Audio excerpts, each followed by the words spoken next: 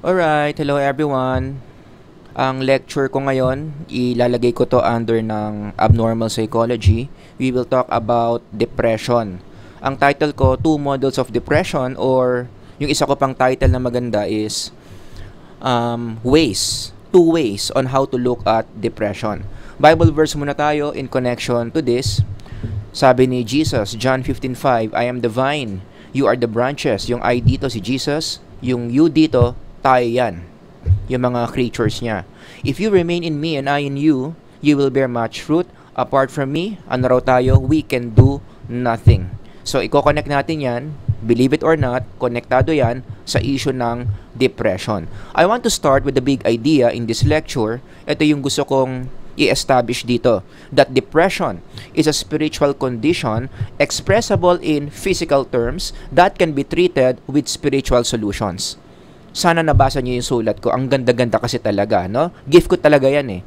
Pinanganak pa lang ako talagang maganda na yung sulat ko, as you can see here on this slide. So this is the big idea na gusto kong suportahan as I go along this lecture. It's all about depression, and meron akong ipropose na paraan kung paano dapat ang tamang pananaw sa depression. Ang focus natin ngayon about depression are the following. Number one, i-define muna natin ano yung depression, kasi marami nakakalimot ngayon ano ba ang depression. Mukhang lumuluwag, mukhang tawag doon, nagiging lenient tayo sa paggamit ng term na depression. Pero merong tamang definition ng depression, i-review natin yan. Number 2, ano ba ang cause ng depression? At dito napapasok yung two models. Merong dalawang paraan para ipaliwanag kung saan galing ang depression, which leads us to number 3, ano ngayon ang mga solusyon.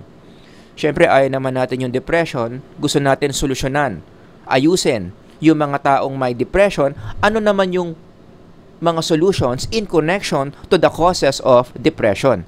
Siyempre, kung anong solusyon yung ibibigay mo sa taong depressed, depende yan kung paano mo nakikita yung depression. Maliwanag. And as I discuss this topic, sana, in connection to numbers 2 and 3, kayo ang mag-decide at the end of the day, aling model, aling paraan ng pagtingin sa depression yung mas maaasahan natin. Which one makes more sense? Which one is supported by data? Mahalaga yan, na dapat tama talaga yung pananaw natin sa depression, because as I mentioned, kung paano mo tatratuhin yung depression, yung treatment plan mo sa depression, depende yan sa kung paano mo tinitignan yung depression. At sana yung paraan mo sa pagtingin sa depression, yun yung tama. Kasi kung yung pananaw mo sa depression yung mali, kahit anong treatment mo dyan, hindi gagaling yan kasi nga mali yung pagtingin mo sa depression. So I hope these issues can be settled in this short lecture na ibibigay ko. Siyempre, alam nyo, pag sinabi kong short, hindi talaga short yan. No? Okay? Anyway, simulan natin sa number 1. Ano ba ang ibig sabihin ng depression according to DSM-5? I-zoom in ko. You can just pause the video if you want. I-highlight ko lang yung mga mahalagang words dito. Number 1, it is a disorder. Everybody say disorder. Kaya yan nakalagay sa DSM-5. Isa yan sa mga hindi magandang pangyayari sa psyche ng tao. Kaya hindi dapat i-apply dito ang inclusivity and diversity. Huwag mo sabihin na, ay, depressed siya. Respetuhin na lang natin na depressed siya. Maling attitude yan. Kasi nga disorder, hindi okay, may sakit. So, ang kailangan ng mga taong may disorder, kailangan nila ng treatment, hindi ng inclusivity and diversity. Kapag may nakita kang taong depressed, anong kailangan mong gawin? Tulungan mo siya kung paano niya ma-overcome yung depression. And then, persistent sadness. I want to highlight on the word persistent. Ibig sabihin, hindi nawawala. Pabalik-balik. Ang DSM-5, very clear dyan, if I'm not mistaken, ang persistent dito, ang definition niyan, 6 months. Na hindi nawawala yung sadness, matinding pagkalungkot. The reason why I am highlighting this is because many people today, masyado nang maluwag, ito yung sinasabi ko kanina, masyadong maluwag, masyado nang lenient sa English sa paggamit ng term na depression. Bumagsak siya sa isang quiz na depressed daw siya. Nag-away daw sila ng jowa niya na depressed daw siya. Nasira yung cellphone niya, depressed daw siya ngayon kasi sira ang cellphone niya. That's one of the reasons why when you look at the numbers today ng reported depression, minsan yung numbers masyadong mataas. And I think one of the reasons is, marami mga tao kasi ngayon nagsa-self-diagnose ng depression. Makaramdam lang ng konting lungkot, makaramdam lang ng konting disappointment, na feel bad lang ng konti, ang sasabihin, depressed siya. Hindi dapat ganon. Meron tayong matinding standard para masabi mo ng isang tao, clinically depressed, and DSM-5 reports that. Reviewin nyo na lang sa DSM-5 kung ano ba yung specific symptoms para masabi mo na clinically depressed ka. Basta hindi enough yung nasira yung bike mo, kaya ka na-depress. Okay? So, don't self-diagnose. Next, ano pa ang other expression ng depression nakalagay dito? Nawawala daw yung sense of pleasure mo. Ang tawag nila dyan is anhedonia. Nawawala yung interest mo sa mga bagay-bagay. Ito mga byproducts na ito mga effects na ng persistent sadness. Sobrang lungkot mo, wala ka ng interest sa mga bagay na gusto mong gawin dati. Sobrang lungkot mo, hindi ka na maka-experience ng sarap. Hindi ka na maka-experience ng happiness. Kahit anong gawin ng nanay at tatay mo, ng mga barkada mo, napasayahin ka, malungkot ka pa rin. Yan ang clinical depression. Okay? And of course, hindi ko na lang nabilugan to, pero this is also important. It involves significantly impairing your functioning. Dahil sobrang lungkot mo, hindi ka na makatrabaho. Lagi ka nang absent sa school. Or pumapasok ka man sa trabaho, yung performance mo ang baba. Ang dami mong nalilimutang utos. Hindi ka na nagre-respond sa mga customers, so on and so forth. Bottom line, hindi maganda ang depression. Yun lang yung sinasabi ko dito. Pag meron kang taong kakilalang may depression, or kung ikaw mismo clinically depressed, anong kailangan mo? Kailangan mo ng treatment. Okay? Yung mga na-curious dyan, ito yung mga specific symptoms of clinical depression as reported in the DSM-5. Gusto kong i-highlight yung number 9 kasi ito yung pinakamatinding symptom ng depression. Ito yung nakakatakot. Ito yung nakakamatay.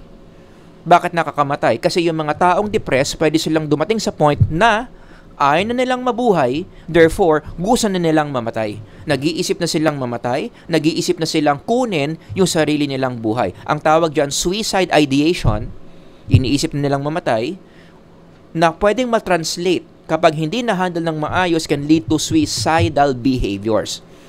Diyan nagsisimula yan May suicidal ideation muna that leads to suicidal behaviors. And the numbers are not good, Kung titignan mo yung statistics ng depression leading to suicidal behaviors, ang tataas.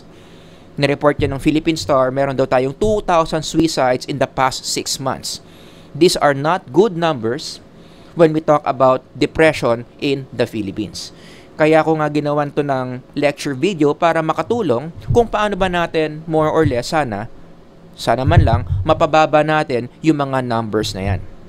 And for us to do that, we now move on to number 2. Ano ba yung mga causes ng depression? Now that we have a general picture kung ano ba ang depression, ito ang mga symptoms. Okay? Ito ang definition. Saan ba nanggagaling yan? Dito na ngayon papasok yung dalawang models of depression. When I say models, ibig sabihin parang another term for this, theory. Everybody say theory. Ito yung dalawang teorya, or sa mas popular na Tagalog, haka-haka. Pero sa science kasi, yung haka-haka may ebidensya, may data. So ito yung dalawang haka-haka kung bakit nagkakaroon ng depression. Okay? Kung saan nanggagaling yung depression. So, pangalanan natin, yung model 1, ang tawag ko dyan, the biological model. Ang model 2, ang tawag ko dyan, is the spiritual model. Unahin natin yung biological model of depression. Saan nanggagaling ang depression? Diretsahang sagot, ang sabi ng biological model, galing yan sa biological factors. Ito si Pedro, depressed siya. Hindi na pumapasok, laging malungkot. Kahit anong pasaya o ang gawin mo kay Pedro, hindi siya sumasaya. Clinically depressed nga kasi siya. Bakit siya ganyan? Ang sabi ng Model 1, may nangyayari sa katawan niya, kaya siya depressed. Ito yung cause, ito yung effect.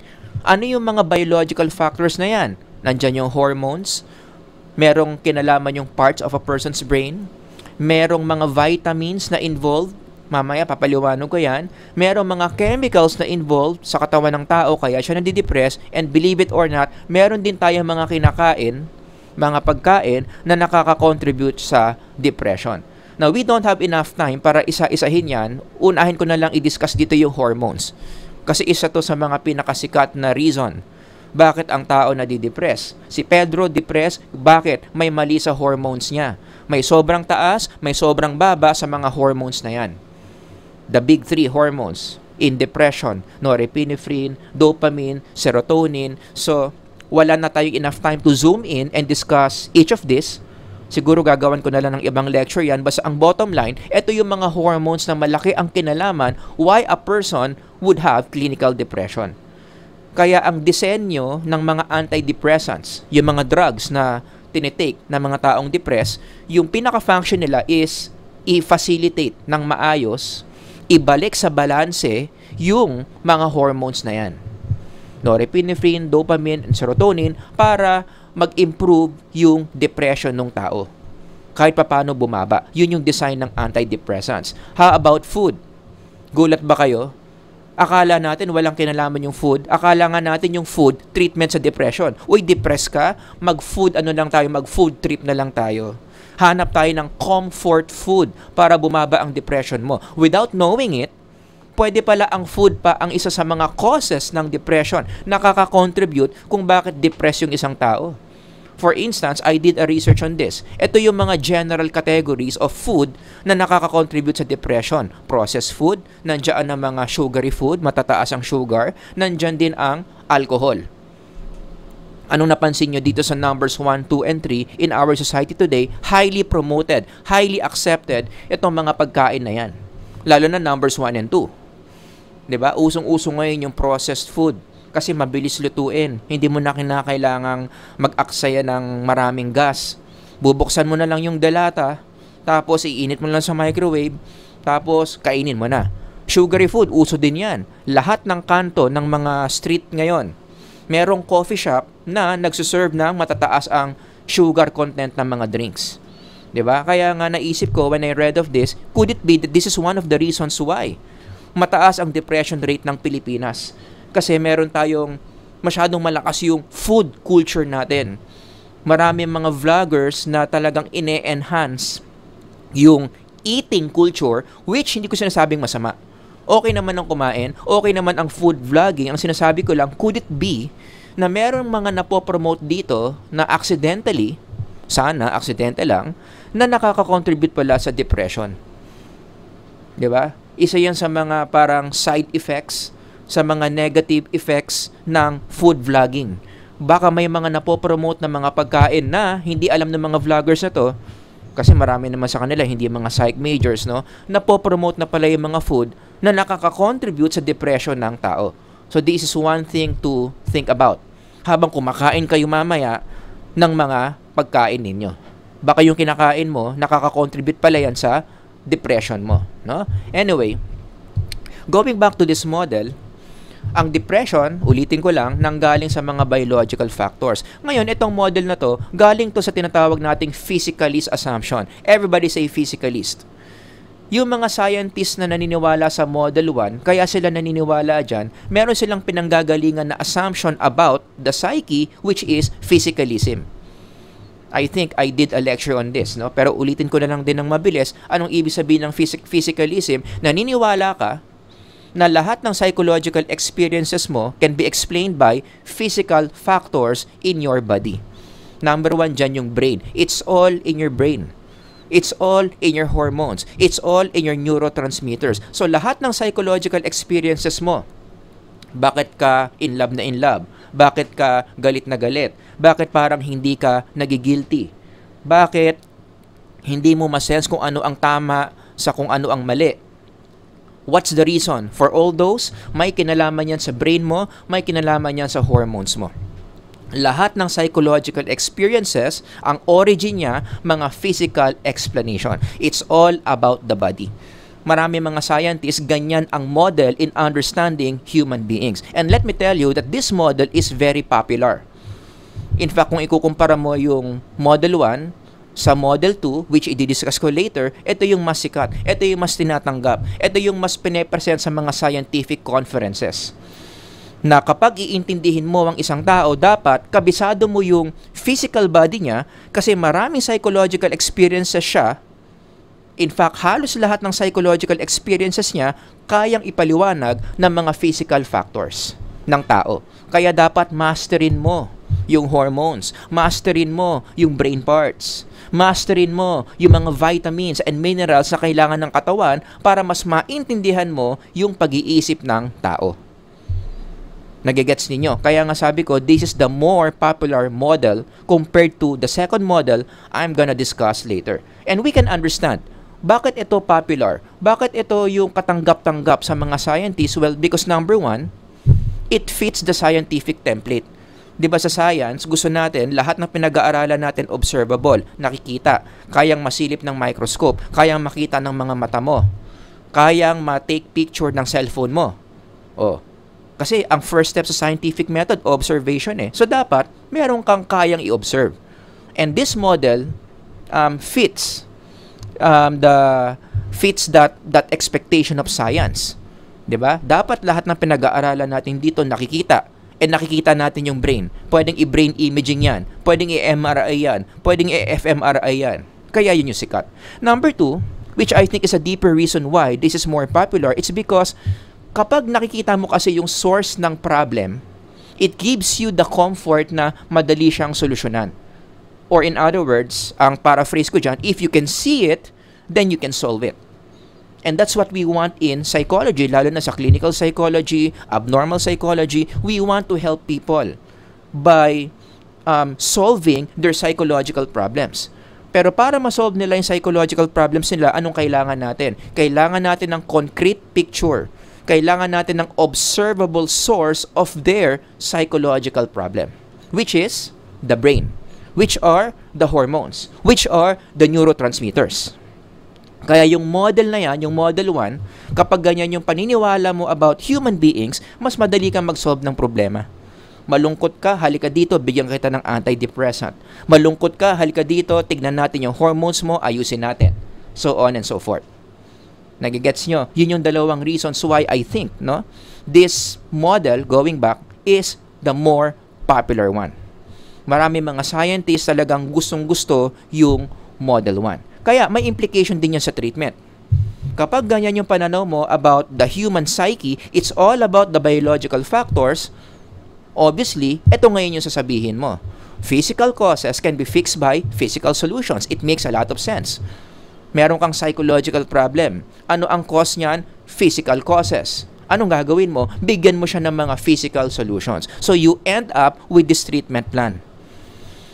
Ang mga scientists na model 1 yung pinaniniwalaan, ito yung simpleng treatment plan nila. Ito yung effect, depression. Gusto natin tong bumaba. So anong gagawin natin? Bigyan natin yung kliyente natin, yung pasyente natin, ng maraming biological solutions. The higher the biological solutions we give to the client, the lower the depression becomes. Kaya may negative sign dito.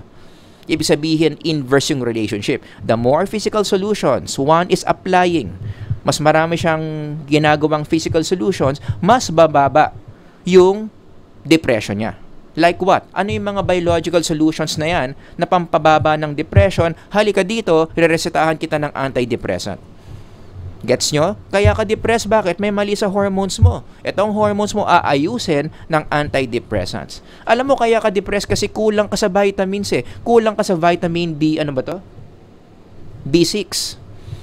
No? Nag-research ako, isa pala sa mga reasons kung bakit ang tao depressed, kulang sa vitamin B6. Kaya may mga supplements, pinapainom yung mga psychiatrists or other mental health professionals para mag-improve yung depression. Ito yon, vitamin B6.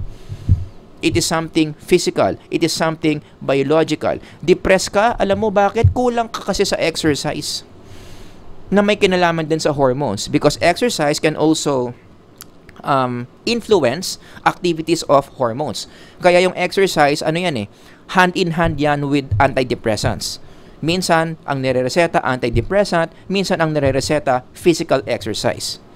Nagigets nyo? Yun yung common denominator among all these solutions. Antidepressants, vitamins, exercise, mga physical solutions yan, which many professionals believe pwedeng pampababa, pwedeng solution sa depression. Nagigets nyo so far? Pero may problema in terms of Model 1. The problem is, unti-unti as time goes by, habang nag-a-advance ang mga researches on this, slowly, na-challenge yung assumption na ang depression caused by biological factors. And let me share with you some of the recent researches na nagpapahina sa Model 1. Bakit hindi na tayo dapat maniwala na ang biological factors ang main cause? Bakit nadidepress ang mga tao? Number one, sabi ng mga studies, yung pag-inom ng antidepressants, karamihan dyan, short-term lang ang effect. Ibig sabihin, hindi nagtatagal. Depress ka, inom ka ng antidepressant, mag-i-improve ng sandali, maya-maya, in the long run, nandun na naman yung depression mo. So, iinom ka na naman ng antidepressant. Yun. Ang logic dito, if depression is caused by biological things that antidepressants fix, then why is it the effects are short-term? E di dapat ang effect niyan long-term, dapat sureball, tuwing iinom ka ng antidepressant, mawawala yung depression mo. But that's not what the data is showing. Basahin niyo lang tong article na to. Marami mga tao, inom ng antidepressant, mawawala ng konti yung depression, pero in the long run, kailangan na nilang dagdagan yung antidepressants nila para mawala yung depression nila. Nagigets niyo yung point? If antidepressants fix the hormonal problems that can cause depression, then sana long-term ang effects ng mga antidepressants. Yun yung logic ng mga researchers na nagpo-point out the short-term effects of antidepressants. Number two, in connection to number one, dahil inom ka ng antidepressants, in the long run, nagkakaroon ng negative side effects. May mga nasisira sa katawan mo. Kapag tuloy-tuloy ka ng pag-inom ng antidepressants, you can just read this article. Wala tayong enough time to discuss all these negative side effects. Pero again, the logic is the same. If antidepressants are really meant to fix biological causes of depression, di sana walang side effects. Diba? Bakit magkakaroon ng side effect? Yun naman talaga yung source ng problem. So, dapat, walang side effects yan kung talagang biological ang cause ng depression. And last one, number 3, sa tingin ko ito yung pinakamalakas na magpahina doon sa Model 1 is the series of researches na lumalabas saying that maybe depression is not biologically caused. For so long, marami talagang mga mental health professionals na niniwala dyan. Kaya ka depressed, something is wrong with your biology, halika dito, ayusin natin yung mga biological factors na yan. Pero may mga researches, it seems like, sabi nga dito, new study shows, there is no evidence that depression is caused by chemical imbalances in the brain. Translate, mukhang questionable na yung Model 1. Mukhang hindi pala totoo na kaya ka nagkakaroon ng depression, may something na nangyayari sa'yo dito sa biological factors. In fact, i-connect natin to sa slide natin kanina, marami sa mga 2,000 dito na nag-suicide. Siyempre, kaya sila nag-suicide, marami dyan, may clinical depression, marami din sa kanila are in antidepressants. You see the logic.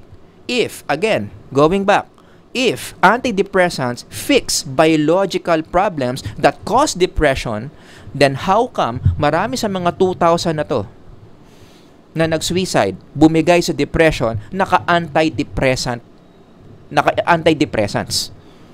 Kasi kung ang tamang logic is biological factors talagang ang cause ng depression, di sana lahat ng naka-antidepressants dito hindi nag-suicide. Pero hindi kahit naka-antidepressant ka, it does not guarantee na matatalo ka ng depression. It's not, being an antidepressant does not guarantee that you will defeat depression. Di ba, yun nga yung claim ng Model 1, basta maayos mo lang to, mawawala to. Malalesen ito. But that's not what the data is showing from these studies. This study, and these numbers. Di ba? If indeed antidepressants are effective in dealing with depression, marami sa mga taong gumawa nito, 2,000 suicides, naka-antidepressant. Kaya nga, sa field ngayon, malakas ang call, malakas ang need na maghanap ng bagong model na pwedeng mag-improve sa Model 1, doon na ngayon papasok yung Model 2, the spiritual model of depression. Wherein, ang bago naman dito, papalitan natin yung biological factors ng spiritual factors. Bakit ang isang tao na didepress? Meron kasi mga spiritual factors na nangyayari that can explain the depression. Na I'm sure kapag sinabi ko yung mga examples ng spiritual factors, marami na naman magtataas ang kilay dyan. Marami na naman magagalit sa akin, pero okay lang. Because I know, this model fits better in explaining depression. Hindi na baling magalit kayo, basta ito yung totoo. Okay? Ano ba yung mga spiritual factors na yan? Number 1, low nearness to God. Ibig sabihin, malayo ka sa source of your psyche, malayo ka sa source of power ng psyche mo, who is God. Ayan na, ilan nagtaas ng kilay? Mga nasa 2,500 na kataas ang kilay, galit na naman sa mga sinasabi ko. Meron ka sigurong mga unconfessed sin, kaya ka nadidepress. Tinatamaan ka ng spiritual oppression, that is a lecture in itself. Gagawan ko ng ibang lecture yan, spiritual oppression. Siguro yung spirit mo is already malnourished. May kinalaman yan sa materialism. I think gumawa ako ng lecture dyan, hanapin nyo na lang. Or, marami ka kasing negative thoughts. Medyo naputol ba dito? Ang tawag dyan, negative thoughts. Marami kang mga negative thoughts, yun yung nagpapadepress sa'yo. Okay? Like what? Unahin natin yung negative thoughts. Yung negative thoughts, yun yung one of the reasons kung bakit nadidepress yung tao, sabi ni Aaron Beck. Kaya nga niya ginawa yung cognitive distortions Nagsulat siya ng libro, Depression, Causes and Treatment. At isa sa mga causes na sinasabi ni Aaron Beck, kaya ka depress, marami kang cognitive distortions, marami kang mga negative thoughts na iniisip. Puro negative yung iniisip mo, araw-araw mong iniisip, oras-oras mong iniisip, hanggang sa palakas ng palakas yung depression mo until it becomes hard to manage. Kaya kapag nag-undergo ka ng treatment ni Aaron Beck, anong gagawin niya sa'yo? I-identify niya yung mga cognitive distortions mo and then babaguhin niya. Tuturuan ka niya ng mga ways on how to think the right way to overcome your cognitive distortions.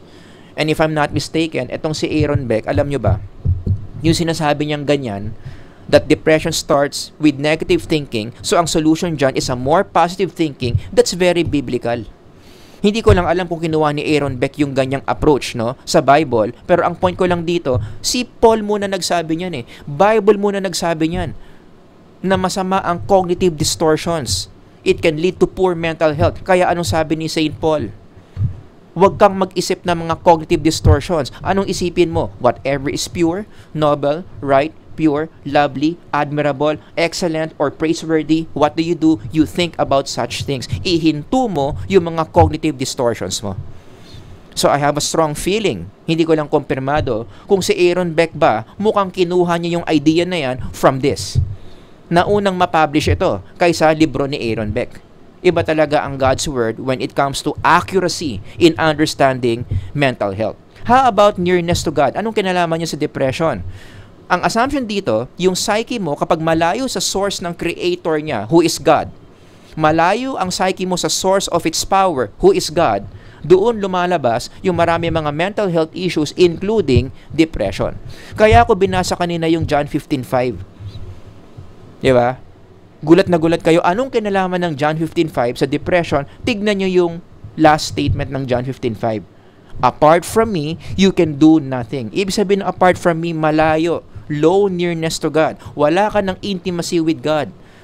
Yun yung cause. Ano yung magiging effect kapag apart from God ka nakalagay dyan? You can do nothing. I want to emphasize on that. You can do nothing is the effect of being far from God. Wala ka ng intimacy from your Creator. Sounds familiar? Balikan mo yung definition ng DSM-5. Ano ang isa sa mga effects ng depression symptoms ng depression? Significantly impair ang functioning mo. Now it fits. Kaya pala na-impair yung functioning mo, hindi ka na makaisip, hindi ka na makapag-basketball, hindi ka na makatrabaho ng maayos. Bakit? Because your psyche is so far away from the source of its power. Even in the Bible, marami mga Bible characters na showing symptoms of depression, though I'm not sure if they can be diagnosed as clinically depressed. Ewan ko. Kasi during those times, wala namang nagda-diagnose ng clinical depression, pero yung mga sinasabi nilang mga words gives us a clue that some Bible characters are indeed depressed, tulad ni David. Ang daming beses na nagsulat siya ng mga words na mukhang may clue tayo na si David depressed. And when you analyze the words that David is saying every time he's depressed, ano ang sagot niya sa question na bakit siya depressed? Kasi nasa-sense niya na malayo siya from God. Usually yun yung trigger bakit siya nade-depress. Nasa-sense niya that God is not with him. Like in one of his Psalms, ito yung mga sinabi niya. 'Di ba? Tingnan niyo yung mga words na nakabilog. These are the words that indicate that one is far away from God. Such as what David is experiencing here. Hide not your face. Yung words na turn away, yung words na leave me, yung words na forsake me, ano ang common denominator? Nawalan na siya ng intimacy from God. At yun yung sinasabi niyang reason kung bakit siya nadidepress. Bakit ang dami-dami niya mga negative emotions during this state. Kaya maganda basahin yung Book of Psalms na yan, especially mag-focus ka sa mga sinasabi ni David, ang dami mong pwedeng matutunan about mental health. Sa totoo lang, no? Gagawan ko yan ng ibang lecture. So going back to Model 2, kung ang Model 1 merong assumption, ano yung assumption? Physicalist assumption. Ang Model 2 meron din. Ang tawag naman sa assumption ng Model 2 is the spiritual assumption. Everybody say spiritual assumption. Wherein, anong assumption na yan? Sa Model 2, that depression is a spiritual condition of, altogether with, a spiritual being. For Model 2 to work, kailangan maniwala ka na spiritual being ka at meron kang nararamdaman na spiritual condition na hindi maganda, which is depression. Nagigets nyo? So, dito, ang starting point natin dito is the spiritual being, the non-physical, the essence. Compared to Model 1, ano ang starting point ng Model 1? The brain, the hormones, the nervous system. So, magkaiba yung Model 1 sa Model 2. Model 1 is very physical, kaya nga ang pangalan nun, physicalist. Model 2 is spiritual.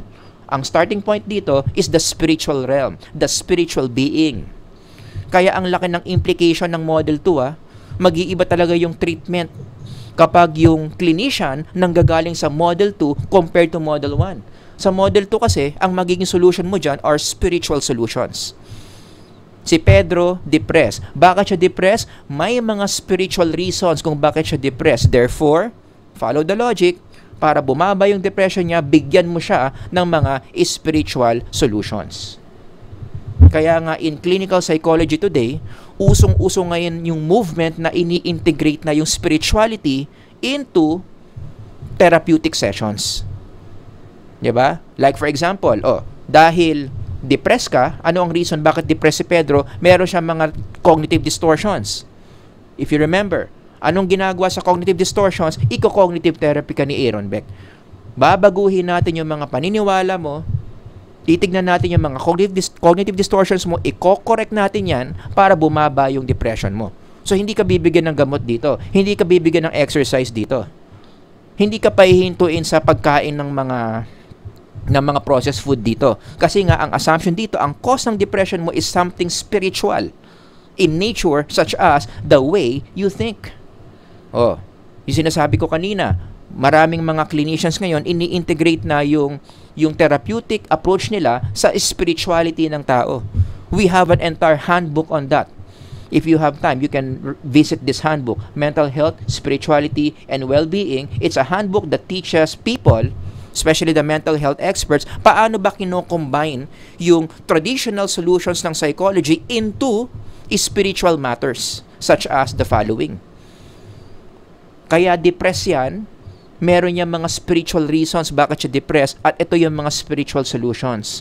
I-recover natin yung intimacy niya with God. Etong tao na to, kailangan niya ng grace, kailangan niya ng prayer, kailangan niya ng forgiveness, kailangan niya ng mercy, kailangan niya mag-worship, kailangan niya ng fellowship with other people. Yan yung mga spiritual solutions. Nagigets nyo? So ito ngayon yung mga ire-recommend ng mga spiritually inclined clinicians to help someone who is highly depressed. Tingnan natin yung intimacy with God. I-connect ulit natin yan sa John 15:5. Kaya sabi ko sa inyo, John 15:5, it's one of the verses na pinaka-connected sa mental health Tingnan nyo naman yung first part nung John 15:5. Kanina ang focus natin yung second part. Now we go to the first part. If you remain in me and I in you, anong tawag doon? Intimacy with God yon. Close kayo ni Lord. Nakakausap mo si Lord. Naririnig mo yung sinasabi sa'yo ni Lord. Very intimate kayo. Talagang you are in a relationship with God and your relationship is very active. Yun yung cause. Ano magiging effect niyan? If you remain in me and I in you, all together with, you will bear much fruit. Everybody say the word fruit. May bunga pala yun. If you are intimate with God, merong positive effect yan, you will bear much fruit. And one of those fruits, hindi ko na lang nalagay dyan, but you go to Galatians, anong sabi ni Paul? Isa sa mga fruits, yung joy na tinatawag. And joy is the opposite of depression.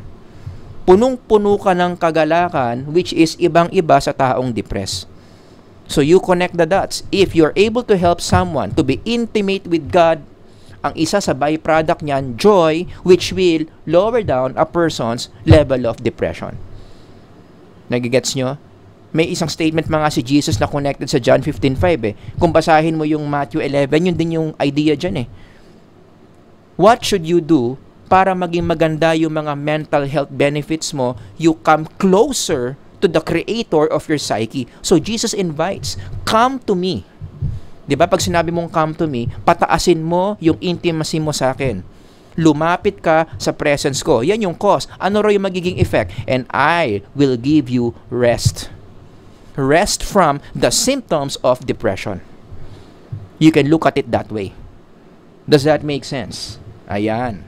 So yun yung dalawang models no na present ko in understanding depression. I-summarize ko lang, model 1 is the biological model. Bakit ka depressed? Bakit ayaw mo nang pumasok? Bakit ayaw mo nang mabuhay? May mali sa katawan mo. Kaya ang solution dyan, yung katawan mo. Ayusin natin yung mga chemicals dyan sa katawan mo. Ayusin mo yung pagkain mo, yung diet mo. Mag-exercise ka na mag-exercise para bumaba yung depression mo. Model 2 is the spiritual model.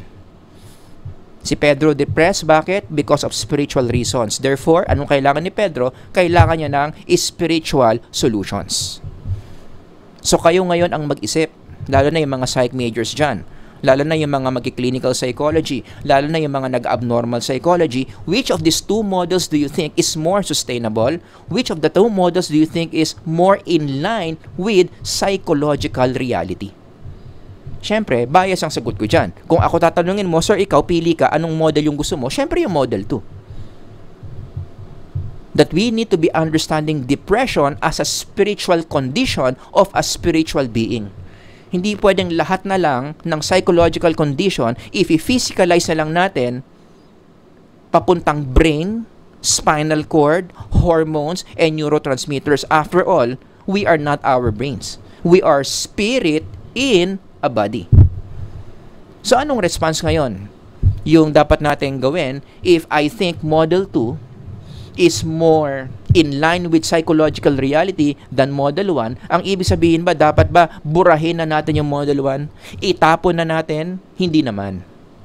Huwag nyo namang awayin si model 1. Marami rin namang natulungan si model 1. Yun nga lang, yung pagtulong ni model 1, hindi siya ganun ka-effective. Pero yung intent naman ni model 1, tumulong din. Tama ba? Para rin naman mapabuti yung tao. Yun nga lang, kulang si model 1. So what we have to do is to modify model 1. Huwag naman sirain. Huwag naman totally delete. I-modify lang natin. Tanggapin lang natin yung truth that model 1, the biological model of depression, number 1, it's not enough.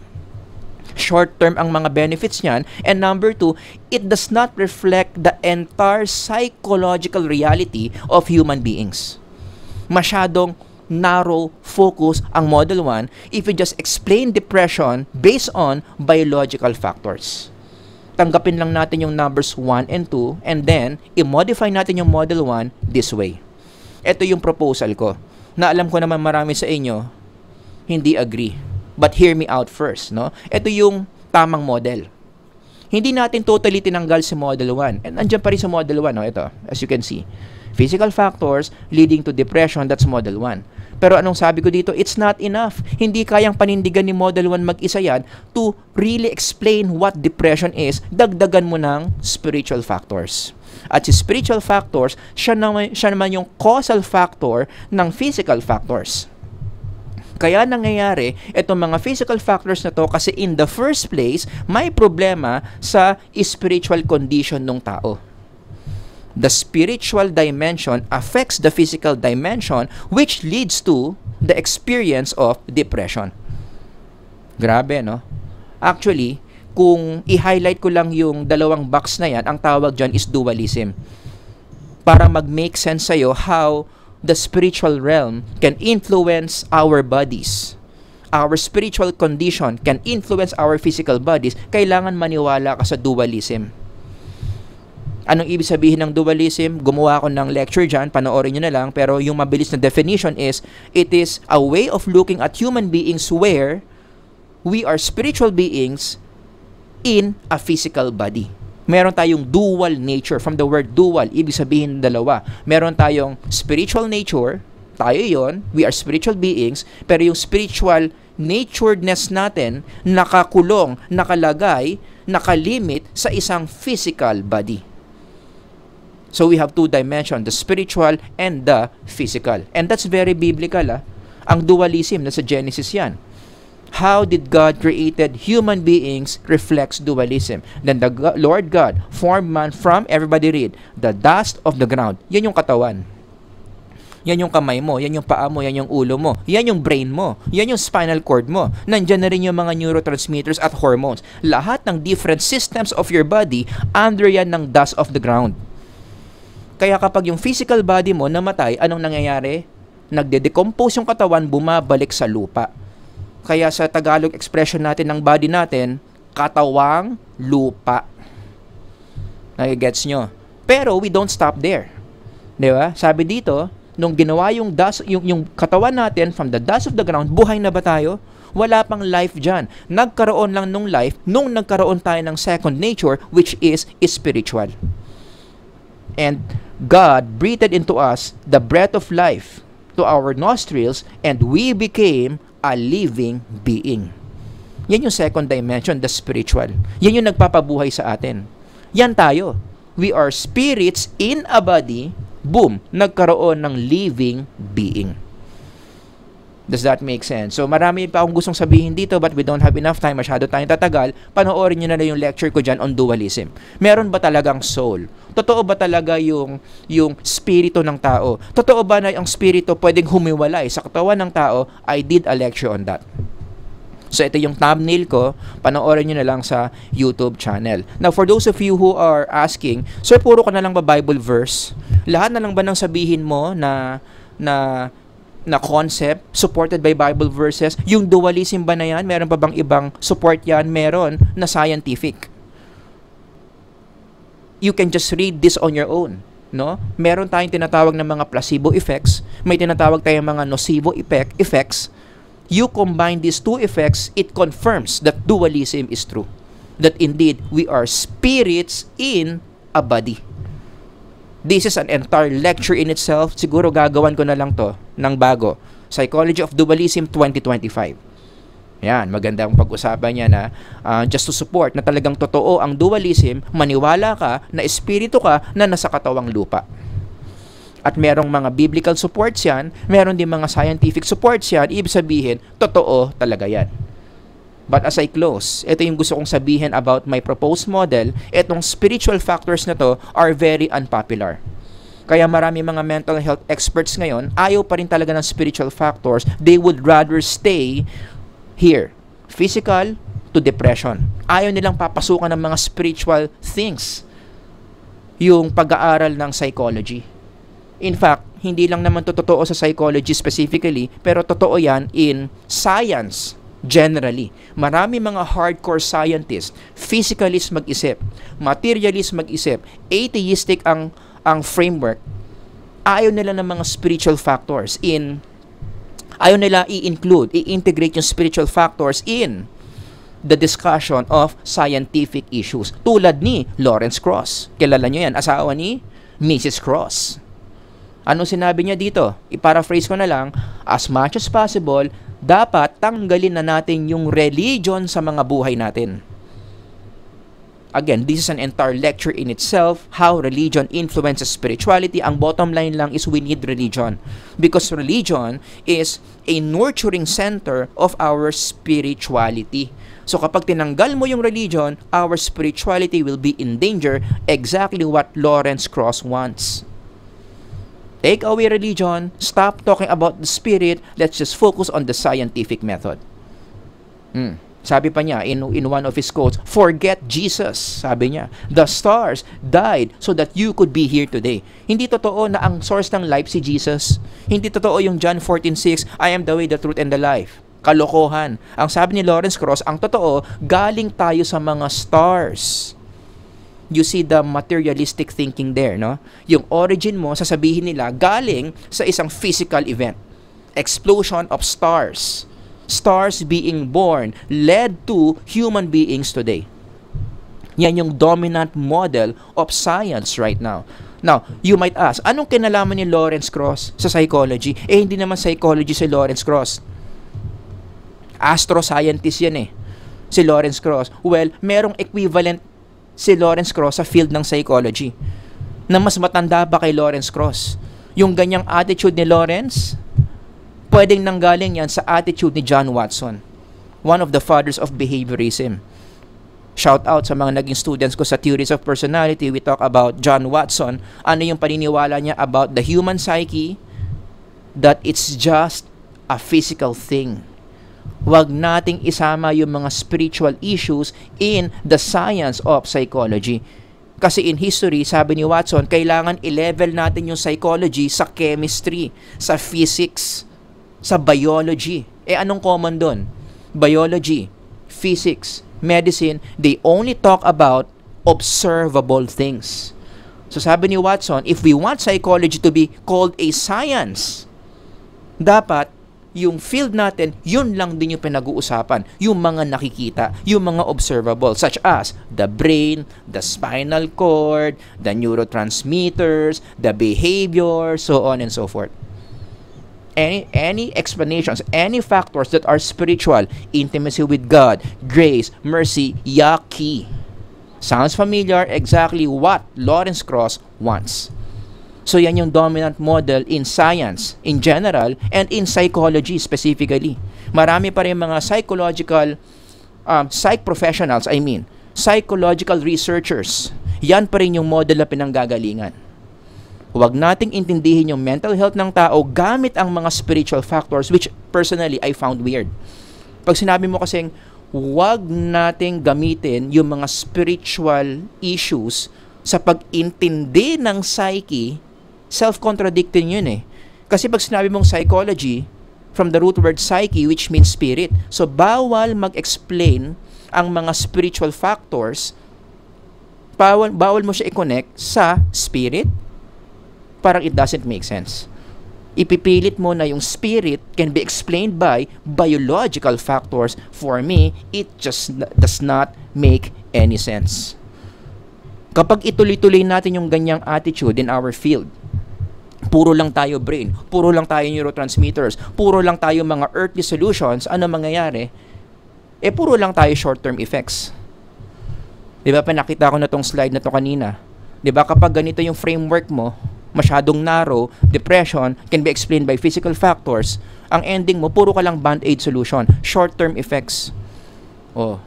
Mag-exercise ka, mag-diet ka, uminom ka ng antidepressant mo, usap tayo ng 1 hour, mag-express ka, mag-rant ka sa akin, fine, siguro may mga changes, may mga slight improvements, but in the long run, hindi siya sustainable. Sasaya lang yung mga drug companies, sasaya lang yung marami mga psychiatrists kasi yung mga pasyente nila, balik lang ng balik sa kanila. Diba? Don't get me wrong, hindi naman lahat ng psychiatrists ganun mag-isip, but there are some who are like that.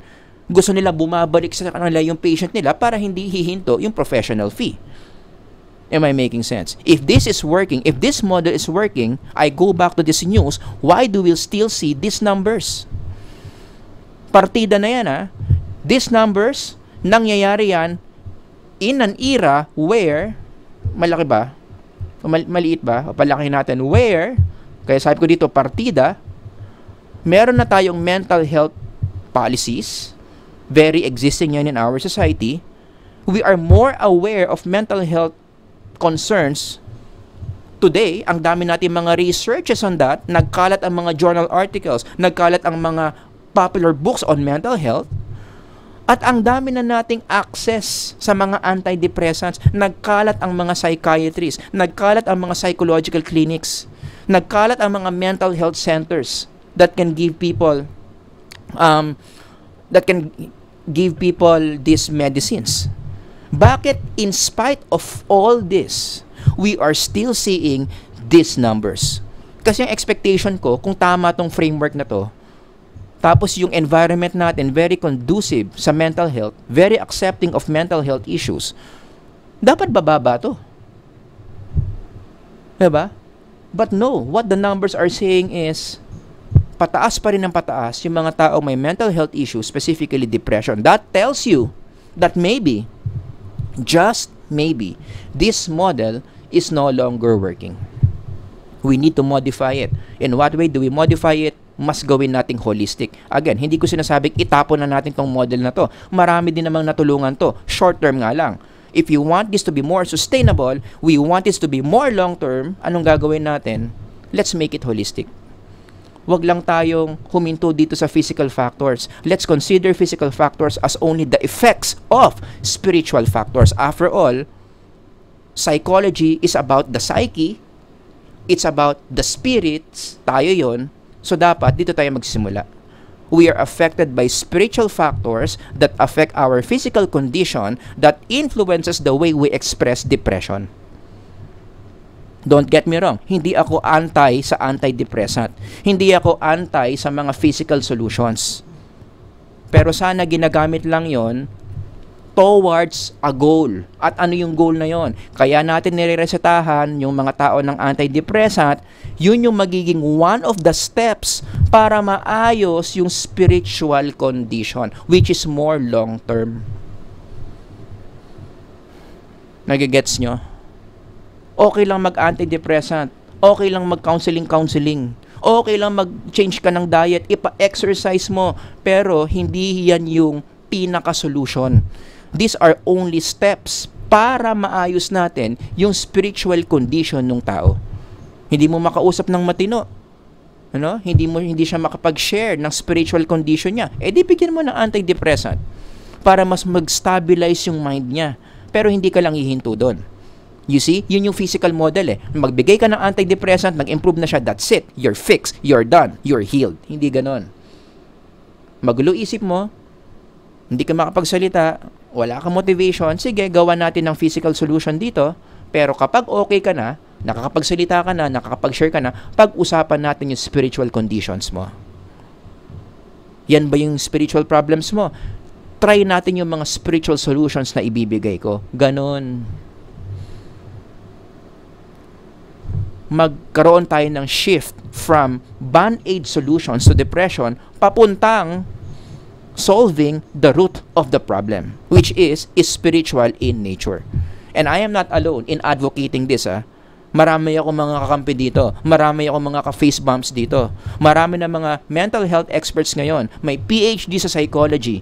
Nakikita na rin nila yung reality nito, ano ginagawa nila, ini-integrate na rin nila sa practices nila yung mga spiritual solutions. Kaya ang dami na nating handbooks on this. Ang dami na nating mga research findings on this na kapag ini-integrate mo yung spirituality ng tao sa therapy, mas nagiging long-term yung effects compared to huminto ka lang sa antidepressants. If you have time, you can just read these books on your own. Basahin nyo, yan yung common message niyan.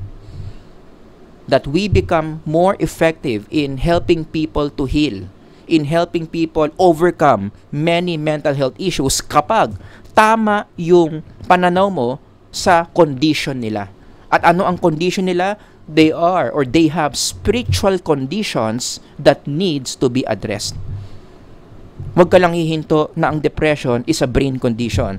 It's a hormonal condition. It's more than that. The hormones, the brain parts that we have are affected by spiritual factors that are working in us. Again, I go back to my big idea na sana na-convince ko kayo, depression is a spiritual condition expressible in physical terms that can be treated with spiritual solutions. Okay?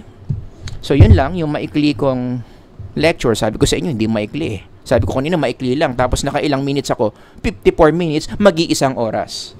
If you have any questions or comments, or if you know someone na kailangan makarinig ng lecture na to, feel free to share this lecture video.